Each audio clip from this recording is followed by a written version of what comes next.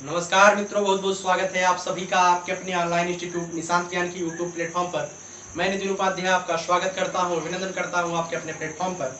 आज की श्रृंखला में हम दिल्ली पुलिस कांस्टेबल को लेकर के डेडिकेटेड वीडियो हम लगातार आपको देने का प्रयास कर रहे हैं। जितना मेरे अंदर सामर्थ्य है मैं आपका मार्गदर्शन करने की चेष्टा हमेशा रखता हूं कि किसी तरीके से किसी का मैं सहयोग कर पाऊं। अगर मैं किसी का सहयोग करता हूं उससे मुझे ज़्यादा संतुष्टि मिलती है। तो आज उसी दिल्ली पुलिस कांस्टेबल की परीक्षा में आप सभी लोग जानते होंगे कि 50 नंबर का जीएस आने वाला है और 50 नंबर का जीएस और 10 नंबर का कंप्यूटर। इतना समझ लीजिए कि 60 नंबर आपको जीएस से मिलने वाला है। ठीक है, तो जीएस की एक महत्वपूर्ण निर्णायक भूमिका हो सकती है आपको परीक्षा में सफलता दिलाने के लिए। उसी कड़ी को आगे बढ़ाते हुए हम आज पहुंचे हैं। पॉलिटी का एक महत्वपूर्ण सेशन होता है, एक महत्वपूर्ण चैप्टर होता है मौलिक अधिकार। इसे पढ़ने के लिए ही जरूरी नहीं है, बल्कि अगर आप देश के नागरिक हैं तो आपको जानना चाहिए देश के नागरिक को क्या अधिकार दिए गए हैं। इसे जरूरी है जानना चाहिए और ये सबको जानना चाहिए, चाहे आप दिल्ली पुलिस की तैयारी कर रहे हैं चाहे जिसकी तैयारी कर रहे हैं, ये जानना आवश्यक है। ठीक है, तो मौलिक अधिकार से हम जो है दिल्ली पुलिस को लेकर के डेडिकेटेड वीडियो बनाएंगे। तो इसमें जो है बहुत डिटेल में चर्चा नहीं होगी, उतनी चर्चा होगी जितनी आपकी परीक्षा के लिए इम्पोर्टेंट है। फैक्चुअल बात यहाँ पर की जाएगी और ऐसा नहीं है कि आपको समझ में नहीं आएगा, समझ में भी आएगा। उससे पहले मैं उम्मीद करता हूं अगर आपको वीडियो पसंद आ रहा होगा तो वीडियो को लाइक करिएगा, ज़्यादा से ज़्यादा इसे सपोर्ट करिए, ज़्यादा से ज़्यादा लोगों तक पहुंचाइए। और अगर नए आते हैं, नए वीडियो चैनल पर आते हैं, चैनल को सब्सक्राइब करके हमारा मोटिवेशन करिए, जिससे मैं और अच्छी तरीके से आपका सहयोग कर पाऊँ। चलिए, आज मैं बात करता हूं मौलिक अधिकार की। अगर आप भारत देश के नागरिक हैं तो आप जानते होंगे भारत देश के नागरिकों को 6 प्रकार के मौलिक अधिकार दिए गए हैं। हम लोग बचपन से ही 6वीं 7वीं 8वीं से पढ़ते चले आ रहे हैं। हमें 6 प्रकार के मौलिक अधिकार दिए गए हैं, लेकिन ये 6 प्रकार के मौलिक अधिकार हमें अच्छी तरीके से याद नहीं हो पाते हैं। ठीक है, तो आज उसी को याद कराने के लिए देखिए, पढ़ते तो सब हैं, कोई भूल जाता है। आप एक बार पढ़ते हैं, दोबारा भूल जाते हैं, तिबारा भूल जाते हैं। इस तरीके की गलतियां आपके सामने ना हो, आप हमेशा टू द पॉइंट आप याद रखिए। ठीक है, तो किस तरीके से पढ़िए कि याद हो जाए एकदम कंफर्मली, आपको फिर इसे दोबारा पढ़ने की जरूरत न पड़े। उसी को मैं सरल बनाने के लिए मैं आपके सामने उपस्थित हुआ हूँ। ठीक है, तो चलिए शुरू करते हैं मौलिक अधिकार। सबसे पहले हम मौलिक अधिकार की एक परिभाषा बताते हैं। मौलिक अधिकार किसे कहते हैं? मौलिक अधिकार दोस्तों उसे कहते हैं जो नागरिकों संविधान के द्वारा दिया गया वह अधिकार जो नागरिक के हितों का संरक्षण करता है, किसी भी नागरिक के हित का संरक्षण करता है, वह हमें कहलाता है मौलिक अधिकार। एक बार पुनः सुन लीजिएगा, संविधान के द्वारा प्रदत्त वह अधिकार जो भारतीय नागरिकों को उनके हित की स्वतंत्रता करता, उनकी हित की रक्षा करता है, वही है मौलिक अधिकार। ये सबको जानना चाहिए, ये नहीं है कि आप पढ़ाई कर रहे हैं तभी जानिए, सबको जानना चाहिए कि मौलिक अधिकार क्या होते हैं। चलिए हम बात करते हैं मौलिक अधिकार कहां से लिया गया है। जो बेसिक क्वेश्चन पूछे जाते हैं मौलिक अधिकार से उसकी बात करते हैं। दोस्तों अगर बात की जाए मौलिक अधिकार संविधान में कहां पर वर्णित है, तो संविधान के भाग 3 में इसका वर्णन किया गया है। इसे ध्यान रखिएगा, कहीं कहीं पर ऑब्जेक्टिव क्वेश्चन पूछे जाते हैं तो मौलिक अधिकार की बात कहां पर की गई है, तो संविधान के भाग 3 में मौलिक अधिकार की बात की गई है। ठीक है, अगर बात की जाए अनुच्छेद कितने से कितने के बीच बात की गई है, तो अनुच्छेद 12 से 35 के बीच। ध्यान रखिएगा, अनुच्छेद 12 से 35 के बीच मौलिक अधिकारों की बात की गई है। ठीक है, एक फैक्चुअल क्वेश्चन आपसे जरूर परीक्षाओं में पूछे जाएंगे। और एक चीज और आप जान लीजिए, अगर आपसे पूछा जाए यह जो है किस संविधान से लिया गया है, किस देश के संविधान से मौलिक अधिकार को हमारे संविधान में अधिग्रहित किया गया है अर्थात ग्रहण किया गया है, तो उसे आप ध्यान रखिएगा, अमेरिका के संविधान से, यूएसए के संविधान से हमने मौलिक अधिकार को लिया है। ठीक है, देखिए मैं आपको यहाँ पर एक फैक्ट और बताना चाहूंगा। प्रारंभ में जब मूल संविधान बना था तो उसमें जो है हमें 7 प्रकार के मौलिक अधिकार दिए गए थे। ठीक है, कितने प्रकार के मौलिक अधिकार दिए गए थे? 7 प्रकार के। लेकिन वर्तमान में 6 ही मौलिक अधिकार है। वो 7वां मौलिक अधिकार क्या था मैं आपको बताना चाहता हूँ। उस 7वां मौलिक अधिकार था संपत्ति का अधिकार। क्या था? संपत्ति का अधिकार। इस संपत्ति के अधिकार को हमारे संविधान से हटा दिया गया। और अगर बात की जाए कि संपत्ति के अधिकार को भारतीय संविधान से कब हटाया गया, इसे जरूर ध्यान रखिएगा। संपत्ति के अधिकार को भारतीय संविधान में 44वें संविधान संशोधन 1978 के द्वारा, ध्यान से सुनिएगा, 44वें संविधान संशोधन 1978 के द्वारा संपत्ति के अधिकार को हटा दिया गया। अगर बात की जाए संपत्ति का अधिकार जब हटाया नहीं गया था तो भारतीय संविधान के किस अनुच्छेद में वर्णित था? जब हटाया नहीं गया था तब तो वह अनुच्छेद 31 में वर्णित था। लेकिन जब 44वें संविधान संशोधन 1978 के द्वारा मोरारजी देसाई साहब के सरकार में जब संपत्ति के अधिकार को हटा करके कानूनी अधिकार का दर्जा दे दिया गया, इसे किस जगह पर संविधान में डिस्प्लेस किया गया, अर्थात किस जगह पर रखा गया। तो ध्यान रखिएगा, संविधान के अनुच्छेद 300 का में इसका अधिकार दिया गया, इसका स्थान दिया गया और इसे जो है कानूनी अधिकार का दर्जा दे दिया गया। ठीक है, तो उम्मीद करता हूं आपको यह चीजें समझ में आ गई होंगी। सबसे पहले संविधान में मौलिक अधिकार को कहां पर वर्णन है, भाग 3 में वर्णन है, अनुच्छेद 12 से 35 के बीच। संविधान में यूएसए के संविधान से इसे हमने ग्रहण किया है। संपत्ति का अधिकार 7वां मौलिक अधिकार था, जिसे 44वें संविधान संशोधन 1978 के द्वारा हटा करके संविधान के 300 का में इसका स्थान दे दिया गया है, जो आज की डेट में कानूनी अधिकार है। ठीक है, तो उम्मीद करता हूं आपको यह चीजें जो है अच्छी तरीके से समझ में आ गई होंगी। इसे एक बार नोट डाउन कर लीजिएगा, आपको बहुत ही ज्यादा फायदा होने वाला है। मैं इसे समझाने का थोड़ा सा प्रयास करता हूं, एक एक संविधान मौलिक अधिकार को। अगर आप भारत देश के नागरिक हैं तो आपको मौलिक अधिकार वैसे भी जानना आवश्यक है कि आपके अधिकार क्या क्या दिए गए हैं।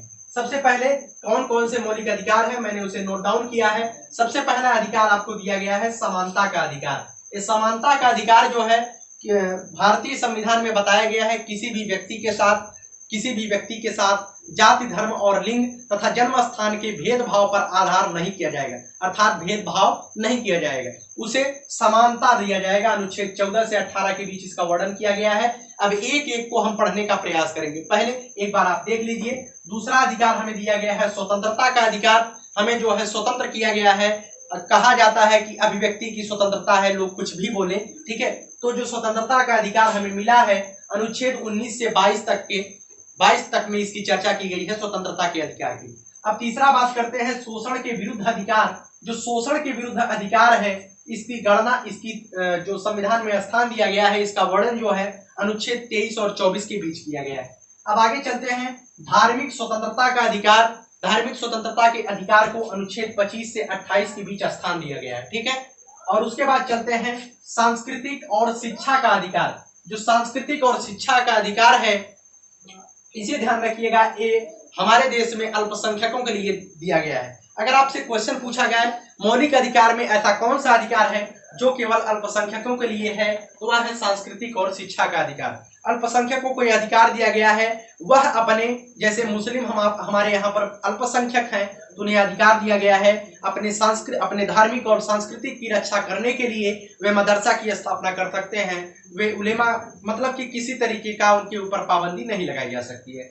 इसका जो वर्णन किया गया है अनुच्छेद 29 और 30 में इसका वर्णन किया गया है। अब आगे बात करते हैं जो अंतिम है और सबसे महत्वपूर्ण संविधान मौलिक अधिकार भारतीयों को प्रदत्त है, वह है संवैधानिक उपचारों का अधिकार। संवैधानिक उपचारों का अधिकार जो है अनुच्छेद 32 में किया गया है। इसे ध्यान से रखिएगा, एक बार इसे आप दोबारा पढ़ लीजिएगा, जिससे आपको अच्छी तरीके से याद हो जाए। हालांकि मैं एक एक संविधान, एक एक अधिकार पर डिटेल में चर्चा करने वाला हूं, लेकिन मैं यहाँ पे बात करता हूं संवैधानिक उपचारों के अधिकार पर। तो संवैधानिक उपचारों का अधिकार डॉक्टर भीमराव अंबेडकर, संविधान के जो जनक माने जाते हैं, बाबा साहिब डॉक्टर भीमराव अंबेडकर ने संवैधानिक उपचारों के अधिकार को संविधान की आत्मा कहा है। ठीक है, संवैधानिक उपचारों के अधिकार को संविधान की आत्मा तक का वर्णन उन्होंने कर दिया है कि संवैधानिक उपचारों का अधिकार आपको क्या गारंटी देता है। आपको गारंटी देता है कि आपके जितने भी ऊपर अधिकार दिए गए हैं, उसके गारंटेड के रूप में संवैधानिक उपचारों का अधिकार है। अगर आपको समानता के अधिकार से वंचित किया जाता है, तो आप संवैधानिक उपचारों का अधिकार का प्रयोग करके आप सुप्रीम कोर्ट जा सकते हैं, आप हाई कोर्ट जा सकते हैं कि आपको समानता का अधिकार से वंचित किया जाता है। आपको किसी भी अधिकार से वंचित किया जाता है, अनुच्छेद 32 के तहत संवैधानिक उपचारों के अधिकार के तहत आप सुप्रीम कोर्ट या हाई कोर्ट का दरवाजा खटखटा सकते हैं। ठीक है, तो उम्मीद करता हूं आपको ये 6 मौलिक अधिकार जो दिए गए हैं वो अनुच्छेद वाइज आपको नहीं याद हुए होंगे, तो एक बार इसे आप देख लिए होंगे। ठीक है, याद कराने की जिम्मेदारी मेरी है। मैं किस तरीके से याद कराता हूं, चलिए उसका दर्शन करते हैं कि मैं किस तरीके से आपको याद कराने वाला हूं। चलिए चर्चा करते हैं, ध्यान से जानिएगा। समानता के अधिकार की चर्चा जो है अनुच्छेद 14 से 18 के बीच की गई है। अनुच्छेद 14 में बताया गया है, ध्यान से सुनिएगा, अनुच्छेद 14 में बताया गया है कानूनी समानता। क्या बताया गया है? कानूनी समानता। अब इसकी चर्चा आप करिए। अनुच्छेद 14 में बताया गया है किसी भी व्यक्ति चाहे वो किसी भी धर्म का हो, चाहे वो किसी भी जाति का हो, चाहे किसी भी लिंग का हो, ठीक है, उसके साथ हम जो कानून बनाया जाएगा सभी के साथ हम समान वह कानून जो है सभी के ऊपर, चाहे वह किसी भी धर्म का हो, चाहे वह किसी भी जाति का हो, चाहे वह किसी भी लिंग का हो, चाहे उसका जन्म स्थान कहीं भी हो, लेकिन हमारे संविधान में जो कानून नया बनाया जाएगा वो कानून सबके लिए समान होगा। तो अनुच्छेद 14 में दोस्तों, अनुच्छेद 14 में कानूनी समानता की बात की गई है। ठीक है, अब चलते हैं अनुच्छेद 15 में सामाजिक समानता की बात की गई है। ठीक है, अनुच्छेद 15 में सामाजिक समानता की बात की गई है। अब ये सामाजिक समानता क्या है, ध्यान से सुनिएगा आप। जैसे अभी तो नहीं, लेकिन कुछ वर्षों पहले 1990 के दशक में, 1980 के दशक में हमारे यहाँ समाज में जो है बहुत ही ज्यादा कुरीतियां विकसित थी। जैसे दलित भाइयों को कहीं नलके पर अगर दलित लोग पानी पी लेते थे उस नलके को साफ करा दिया जाता था। नाई लोग दलितों का बार बनाने के लिए तैयार नहीं होते थे, उनका बाल और दाढ़ी बनाने के लिए नाऊ लोग तैयार नहीं होते थे दलितों के लिए। ठीक है, तो दलितों के लिए ये भी कहीं कहीं पर प्रतिबंध कर दिया गया था, दलित के किसी व्यक्ति का अगर बारात जाता है तो वह घोड़ी पर नहीं बैठ सकता है। तो इस तरीके की जो सामाजिक समानता है, एक तरीके से समाज में समानता होनी चाहिए। आप चाहे दलित हो, चाहे अनुसूचित जाति तो हो, चाहे उच्च वर्ग से बिलोंग करते हो, आपको वही अधिकार प्राप्त है जो एक दलित को अधिकार प्राप्त है। सामाजिक समानता का अधिकार की चर्चा जो है अनुच्छेद 15 में की गई है, और यही हमारे देश की संविधान की एक महत्वपूर्ण बात है कि हमें जो है जो सामाजिक समानता, कानूनी समानता जो दी गई है वो हर एक तरीके से दी गई है।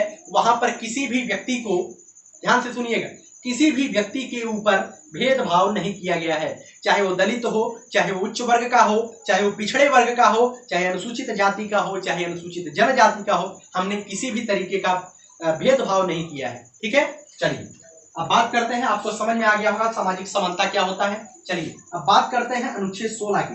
अनुच्छेद 16 में दोस्तों लोक नियोजन की बात की गई है। किसकी बात की गई है? लोक नियोजन। अब लोक नियोजन से क्या तात्पर्य है, आप इसे समझने का प्रयास करिएगा। लोक नियोजन का तात्पर्य है किसी भी राज्य सरकार अथवा संघ सरकार के अधीन अगर कोई भी नौकरी मिलता है, नौकरी निकलती है, वैकेंसी निकलती है, तो उसमें जो है किसी भी व्यक्ति को उसके अधिकार से वंचित नहीं किया जाएगा। ठीक है, चाहे वो दलित हो वो समान रूप से फॉर्म डाल सकता है, चाहे उच्च वर्ग का हो वो भी फॉर्म डाल सकता है। अर्थात हर कोई जो है, लोक नियोजन मतलब सरकार की सरकारी नौकरियों में एक अधिकार की तरह से, मतलब अपना अधिकार की तरह से, ऐसा नहीं हो सकता है कि वैकेंसी आएगी उसमें जो है केवल दलित ही फॉर्म डालेंगे, केवल उच्च वर्ग ही फॉर्म डालेंगे, ऐसा नहीं है, सभी लोग फॉर्म डालेंगे। ठीक है, और सभी लोग नौकरी लेने के अधिकारी हैं। तो लोक नियोजन में जो है नौकरी, सरकारी नौकरियों में समानता की बात की गई है। अब यहाँ पर कुछ दोस्त जो है एक बात डालते हैं, आरक्षण की बात करते हैं। आरक्षण को जो है लोक नियोजन में कहते हैं आरक्षण जो है समानता के अधिकार को समाप्त कर देता है। तो मैं आपको एक चीज बताना चाहूंगा, जो आरक्षण का अधिकार दलितों और पिछड़े वर्ग को प्रदत्त है वह जो है केवल और केवल उनके पिछड़ेपन पर आधारित है। अगर उनको कहीं ना कहीं आरक्षण नहीं दिया गया होता तो आज वे लोग पिछड़े के पिछड़े रह गए होते। ठीक है, तो आरक्षण का अधिकार जो है लोक नियोजन पे समानता के अधिकार का उल्लंघन नहीं करता है। आरक्षण का जो जिन्हें अधिकार दिया गया है वे आरक्षण के अधिकार का प्रयोग करें। ठीक है, वो हमारे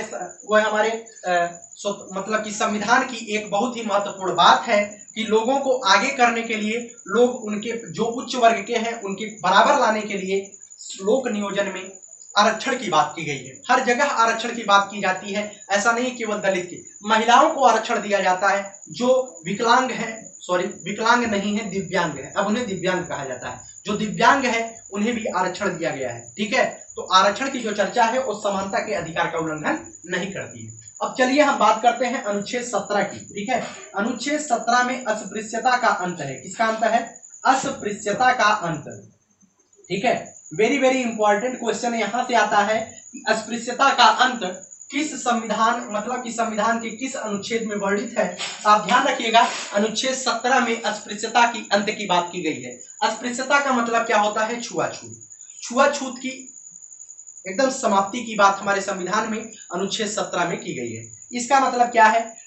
कोई भी दलित, कोई भी अनुसूचित जाति, कोई भी अनुसूचित जाति का आदमी, कोई भी अनुसूचित जनजाति का लड़का अगर विद्यालय में जाता था, पहले की मैं बात कर रहा हूं, विद्यालय में जाता था तो उसे एक कोने में बैठाया जाता है। हमारे बाबा साहिब डॉक्टर भीमराव अंबेडकर के बारे में जब आप उनकी जीवनी पढ़ेंगे तो ऐसी बातें निकल करके सामने आती हैं। वे जो है छुआछूत पे बहुत ही ज्यादा, मतलब कि छुआछूत से ग्रसित व्यक्ति थे। किस तरीके से वो आगे निकल करके, किस तरीके से वो इतने उच्च पद पर जाते हैं, उनकी महानता है बाबा साहिब की। ठीक है, तो अस्पृश्यता की अंत को उन्होंने बहुत अच्छी तरीके से झेला है। अनुच्छेद 17 में अस्पृश्यता का अंत कर दिया गया, अर्थात बताया गया कोई भी दलित नहीं है, कोई भी, मतलब सब लोगों को इंसान बना दिया गया। अर्थात जिस तरीके से एक दलित के साथ व्यवहार किया जाएगा, ठीक उसी तरीके से एक उच्च वर्ग के साथ व्यवहार किया जाएगा। कोई भी उच्च वर्ग का आदमी किसी दलित आदमी से छुआछूत के भेदभाव की बात नहीं कर सकता है। एक बस में अगर दलित वर्ग का आदमी ट्रेवल कर रहा है तो उसमें जो है उच्च वर्ग का आदमी भी ट्रेवल करेगा। अगर एक नलके पर उच्च वर्ग का आदमी पानी पी रहा है तो वहां दलित वर्ग का आदमी भी पानी पिएगा। ऐसी बात हमारे संविधान में अनुच्छेद 17 में की गई है। ठीक है, तो उम्मीद करता हूं अस्पृश्यता की अंत जो है अनुच्छेद 17 से संबंधित जितने भी बातें थे आपको समझ में आ गई होगी। अब चलिए हम बात करते हैं अनुच्छेद 18 की। अनुच्छेद 18 में दोस्तों, अनुच्छेद 18 में उपाधियों के अंत की बात की गई है। उपाधियों का अंत देखिएगा, यहां से भी क्वेश्चन पूछा जाता है।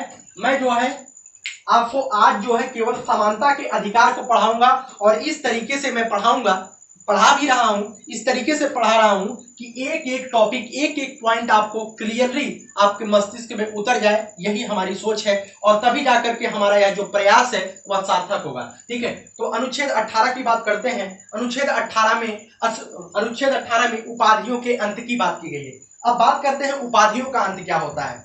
ध्यान रखिएगा आप, 1947 जब संविधान हमारा लागू नहीं हुआ था उससे पहले हमारे देश में कोई अपने आप को राजा घोषित कर देता था, कोई राय बहादुर हो जाता था, कोई बीरबल हो जाता था, कोई अपने आप को नवाब घोषित कर देता था, कोई अपने आप को सर घोषित कर देता था, कोई अपने आप को, मतलब कि किस तरीके से जो भी अपने मन करता था वो अपने आप उपाधि ले लेते थे। हम राजा साहब हैं तो राजा साहब रहेंगे, हम जो है नवाब भाई हैं तो नवाब भाई रहेंगे। ठीक है, तो ये जो उपाधियां थी अनुच्छेद 18 के तहत इसकी समाप्ति कर दी गई। आज कोई भी व्यक्ति उपाधि नहीं रखेगा, जो उपाधि रखेगा वो केवल शिक्षा संबंधी उपाधि रखेगा। अर्थात अगर आपने पीएचडी किया है, आप किसी भी वर्ग से बिलोंग करते हो, चाहे आप दलित हो, चाहे आप जनरल कास्ट के हो, चाहे आप ओबीसी कास्ट के हो, अगर आपने पीएचडी किया है तो आप डॉक्टर की उपाधि अपने नाम के सामने लगाएंगे। अगर आपने नहीं किया है तो आप डॉक्टर की उपाधि लगाएंगे तो आप जो है कानून के दायरे में चले जाएंगे, आप कानून का उल्लंघन कर रहे हैं। ठीक है, आप अपने नाम के सामने राजा या राजा बाबू नहीं लगा सकते हैं, ध्यान रखिएगा इसे, राजा या राजा बाबू नहीं लगा सकते हैं। चलिए, उपाधियों के अंत की बात जो है अनुच्छेद 18 में की गई है। एक बात यहां पर ध्यान रखने वाली है, अगर ध्यान से सुनिएगा, अगर कोई भी भारतीय नागरिक विदेश में रहता हो, ध्यान से सुनिएगा, अगर कोई भी भारतीय नागरिक विदेश में रहता हो और उसे विदेश के व्यक्ति के द्वारा, विदेशों के द्वारा कोई उपाधि दी जाती है तो वह उपाधि तुरंत अपने आप धारण नहीं कर लेगा। वह उस उपाधि को धारण करने के लिए हमारे देश के महामहिम राष्ट्रपति के द्वारा आदेश लेगा। अगर राष्ट्रपति आदेश देते हैं कि आप जो है उस देश की उपाधि को ग्रहण कीजिए, तभी जाकर के वह आदमी उस देश की उपाधि को ग्रहण कर सकता है, वरना वह आदमी अगर उस देश की उपाधि को ग्रहण कर लेता है तो वह हमारे कानून का उल्लंघन कर रहा है। ठीक है, तो उम्मीद करता हूं समानता के अधिकार को आपने अच्छी तरीके से समझ लिया होगा, पढ़ लिया होगा और जेहन में अपने उतार लिया होगा। आज मैं जो है समानता के अधिकार की ही केवल चर्चा करूंगा, बिल्कुल डिटेल में, बहुत ही अच्छी तरीके से मैंने चर्चा करने का प्रयास किया है। एक बार मैं क्विक रिवीजन, जिसे कहते हैं फास्ट ट्रैक रिवीजन, मैं आपको कराने का प्रयास करता हूं। ध्यान से सुनिएगा, समानता का अधिकार इससे स्पष्ट है, जहां पर समानता की बात की जाएगी वो समानता का अधिकार है। समानता के अधिकार की बात अनुच्छेद 14 से लेकर के अनुच्छेद 18 के बीच की गई है। अनुच्छेद 14 में किसकी बात की गई है? अनुच्छेद 14 में कानूनी समानता की बात की गई है। ध्यान से सुनिएगा, अनुच्छेद 14 में कानूनी समानता की बात की गई है। अनुच्छेद 15 में सामाजिक समानता की बात की गई है। सामाजिक समानता का मतलब दलित और उच्च वर्ग के लोगों के जो सामाजिकता है वो बरकरार रहनी चाहिए, अर्थात एक इंसान होना चाहिए। हमें कभी भी जाति, धर्म और इस पर आधारित होकर के हमें सामाजिक अपना जीवन निर्वाह नहीं करना चाहिए। ठीक है, तो अनुच्छेद 15 में सामाजिक स्वतंत्रता की बात की गई है, सामाजिक समानता की बात की गई है। अनुच्छेद 16 में लोक नियोजन की बात की गई है। लोक नियोजन में समानता, अर्थात कोई भी सरकारी नौकरी निकलती है, चाहे वह राज्य सरकार के अधीन हो, चाहे वह केंद्र सरकार के अधीन हो, सबका समान अधिकार है। ठीक है, चाहे वो जनरल कास्ट का हो, चाहे वो ओबीसी कास्ट का हो, चाहे वो एससी एसटी कास्ट का हो, सबका समान अधिकार है अनुच्छेद 16 के तहत लोक नियोजन में। अनुच्छेद 17 वेरी वेरी इंपॉर्टेंट मैंने बताया है। अनुच्छेद 17 अस्पृश्यता का अंत करता है। पिछले पुराने समय में क्या होता था, उच्च वर्ग के लोग जो है दलित वर्ग का अपमान करते थे। ठीक है, मैंने बहुत सारी बातें बताई हैं किस तरीके से दलितों का अपमान होता था, किस तरीके से बाबा साहिब ने दलितों के उस अपमान को, उस समय को झेल करके अपने आप को उस स्थान तक ले गए जहां पर उन्हें जो है संविधान बनाने का अवसर मिला, अर्थात संविधान में प्रारूप समिति का अध्यक्ष बनने का अवसर मिला। बहुत बड़ी बात है। तो अनुच्छेद 17 के तहत अस्पृश्यता के अंत की बात की गई है, अर्थात कोई भी दलित, कोई भी सवर्ण किसी भी दलित को किसी भी तरह से प्रताड़ित नहीं कर सकता है, किसी भी तरह से उसका अपमान नहीं कर सकता है, किसी भी तरीके से छुआछूत नहीं कर सकता है।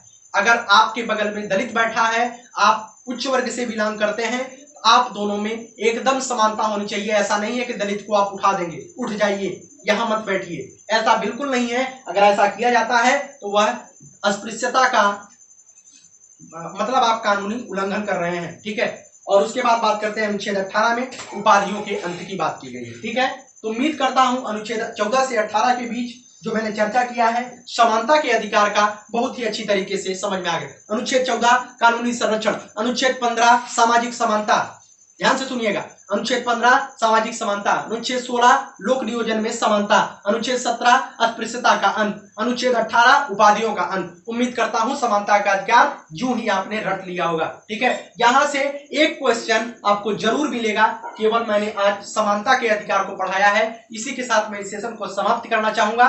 मैं आपसे हाथ जोड़कर निवेदन करता हूं, अगर आपको वीडियो पसंद आता है तो आप ज्यादा से ज्यादा लाइक करिए और मेरा मोटिवेशन दीजिए, जिससे मैं और अच्छे सार्थक प्रयासों के द्वारा आपका मार्गदर्शन करने में सफल हो सकूं। यही हमारे जीवन का उद्देश्य है। निस्वार्थ भाव से सभी लोगों की सेवा करना हमारे जीवन का अंतिम उद्देश्य बनने वाला है और इस उद्देश्य में आपकी सहयोग की भरपूर आवश्यकता है। धन्यवाद आपका।